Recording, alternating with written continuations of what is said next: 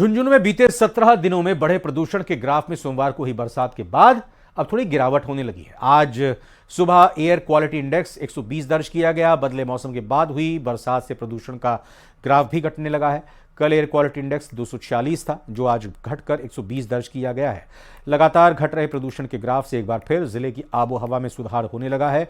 बढ़े प्रदूषण के कारण परेशानियों का सामना कर रहे बुजुर्गों और अस्थमा रोगियों को भी आबो हवा में सुधार होने से परेशानियों से निजात मिलेगी। वायु प्रदूषण घटने के साथ ही आसमान में स्मॉग भी अब कम होने लगा है।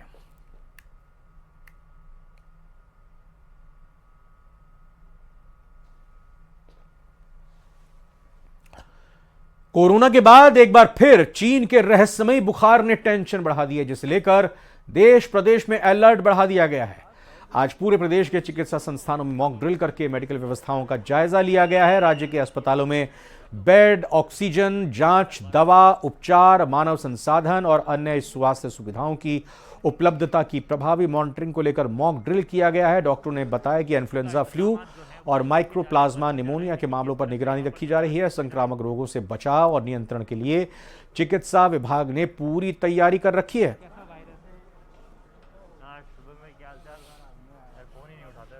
जो लक्षण होते हैं शुरुआत में बुखार, खांसी, जुकाम के साथ लक्षण शुरुआत होते हैं। तेज बुखार कई दिनों तक चलता रहता है, बाद में सांस लेने में तकलीफ आना स्टार्ट हो जाती है।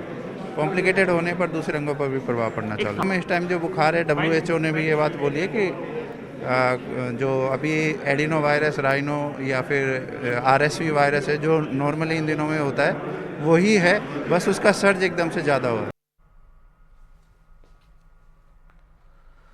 तो इन खबरों के जरिए आप अंदाज़ा लगा सकते हैं कि कैसे स्वास्थ्य विभाग पूरी मुस्तैदी के साथ मॉक ड्रिल करता हुआ देखा गया। क्योंकि कोरोना के बाद एक बार फिर चीन के रहस्यमय बुखार को लेकर अब टेंशन तो बढ़ ही रही है, लेकिन साथ ही साथ तैयारियों में भी इजाफा इस लिहाज से किया जा रहा है कि हम कितने तैयार हैं। देश प्रदेश में अलर्ट रखा गया है, बढ़ा दिया गया है। आज पूरे प्रदेश की अगर बात करें तो चिकित्सा संस्थानों में मॉक ड्रिल किया गया ताकि ये जांचा जा सके कि हम लोग कितने तैयार हैं किसी भी संभावित या किसी भी आशंकित विपदा से निपटने के लिए। मेडिकल व्यवस्थाओं का इस बीच जायजा लिया गया है। राज्य में जितने भी अस्पताल हैं वहाँ के बिस्तरों यानी जो बेड्स हैं, इसके अलावा ऑक्सीजन की व्यवस्था, जांच जो होती है पैथोलॉजी लैब्स में, उसको लेकर पूरी चीज़ों को टेस्ट किया गया। वहीं साथ ही साथ दवाइयों का भी आकलन किया गया। इसके अलावा डॉक्टरों की क्या संख्या है, किस तरह से डॉक्टरों का रोस्टर रहेगा, उपचार को लेकर, मानव संसाधन को लेकर, जो बाकी पैरामेडिकल और बाकी नर्सिंग स्टाफ होता है डॉक्टरों के साथ साथ, उन लोगों को भी व्यवस्थित करके ये पूरी तैयारी जांची गई है कि आखिर इस बीमारी से निपटने के लिए क्या तैयारी की गई है। चूंकि आशंका लगातार यही है कि जो रहस्यमयी बीमारी बुखार चीन में है, अगर आगे बढ़ता है तो इसको लेकर हम पूरी तरह से तैयार हैं, सुनिश्चित किया जा रहा है। चीन में फैल रहे रहस्यमयी बुखार के बाद में केंद्र सरकार ने एडवाइजरी जारी कर राज्यों को सतर्कता बरतने के निर्देश दिए हैं और इसी पर राज्य सरकार ने सभी चिकित्सा संस्थानों को, अस्पतालों को खास तौर पर कहा है कि अपने यहाँ पर व्यवस्थाएं दुरुस्त रखें और मॉक ड्रिल करके तमाम जो व्यवस्थाएं हैं उनका निरीक्षण जरूर करें। इस समय मैं जयपुर के SMS हॉस्पिटल पे हूँ, जहाँ पर कि आप ऑक्सीजन प्लांट की तस्वीरें देख रहे हैं। SMS हॉस्पिटल के जो सुप्रिटेंडेंट अचल शर्मा, डॉक्टर अचल शर्मा और तमाम जो डॉक्टर्स की टीम है वो इस समय में यहाँ पर इन व्यवस्थाओं का निरीक्षण करने के लिए पहुंची हुई है। और ये जो अस्पताल में इस समय में निरीक्षण करके देखा जा रहा है कि किस तरीके से जो व्यवस्थाएं हैं वो यहाँ पर सुचारू है या फिर नहीं। इससे पहले जो अस्पताल प्रबंधन है उसने अपने यहाँ पर अलग अलग जगहों पर दवाएं, जांच और बेड की जो सुविधा है उसे लेकर के परखा है और देखा है।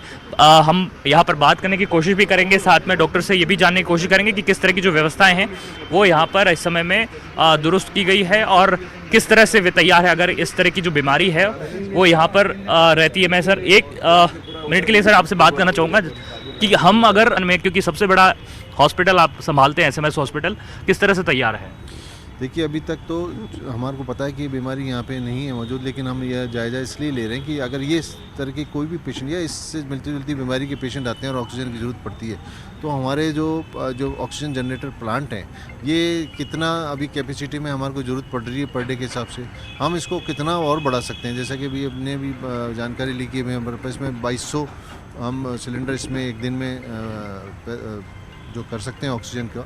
और अभी हमारा जो रिक्वायरमेंट है 900 करीब है, तो हमारे पास अभी तो इतना हमें और भी है कि हम उसको कभी बढ़ा करके अगर इन केस अगर रिक्वायर बनती है तो हम ऑक्सीजन को इसमें यहाँ पे प्रोड्यूस कर सकते हैं। तो डॉक्टर्स हमें बता रहे थे कि किस तरह की जो तैयारियां हैं वो यहाँ पर जयपुर में सबसे बड़े एसएमएस अस्पताल में की गई है।